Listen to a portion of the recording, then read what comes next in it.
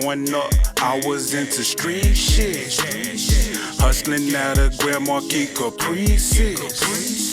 People always told me I wasn't gonna be shit. It was cool walking to school. But I always went to Charles Rice, so I had to walk to Charles Rice at X-Line Park, and it was just fun, you know what I'm saying? We were kids, you know what I'm saying? But it wasn't like, it was different because when I started going to school out here, it just was different. Like I wasn't really used to going to school with white kids and you know, having to interact with them because it just didn't happen in the South like that. Right.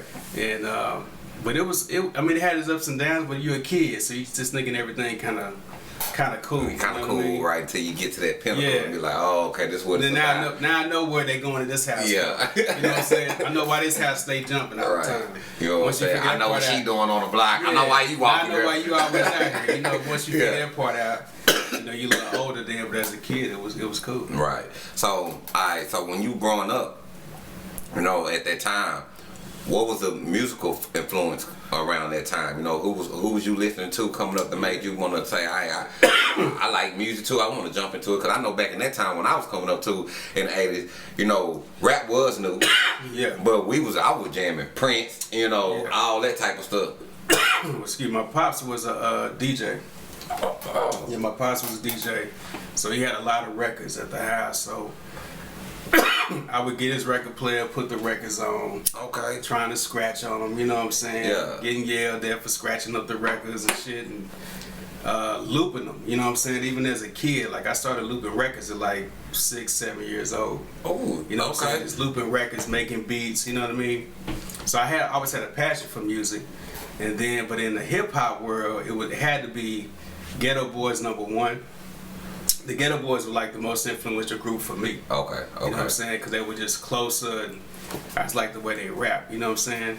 But then one day, I want to say I was young, but my aunt had a friend that was dating some guy that was in this group called the For Fila Fresh Crew. You know what I'm saying? So they took us to a talent show they did, right? Okay. It was Dr. Rock and For Fila Fresh Crew. And so they get on stage, they start rocking. I mean, the whole place was going crazy. You'd have thought it was like NWA or whatever, but they were just going wild. Girls were screaming, they jamming.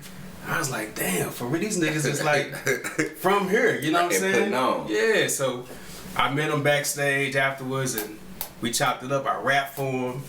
And that's how I was like, man, this is what I want to do. Right. You know what I'm saying? I got to get involved like that. So that was probably the biggest jumping out point. You know what I mean? Okay, so at that time it was really the Ghetto Boys, and then shrink them down. You started seeing your local acts like Fila Fresh Crew. Oh yeah. So at that time, who else in Dallas, or what was the music scene like in Dallas at that time? Like what was really going on? Like how was people finding out who was doing music? Who, you know, where was the spots jumping at? Well, the record stores, you know what I'm saying? Okay.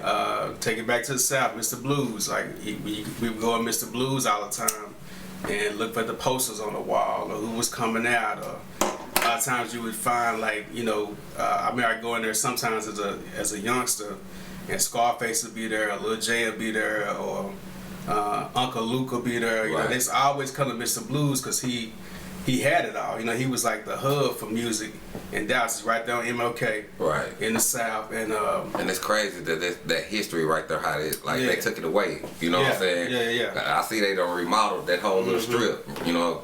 Yeah, Mr. Blues was a spot, but the record store, you just kind of see what's on the wall. Hustling out of Grand Marquis Caprices. People always told me I wasn't gonna be shit, but I always knew that I would be.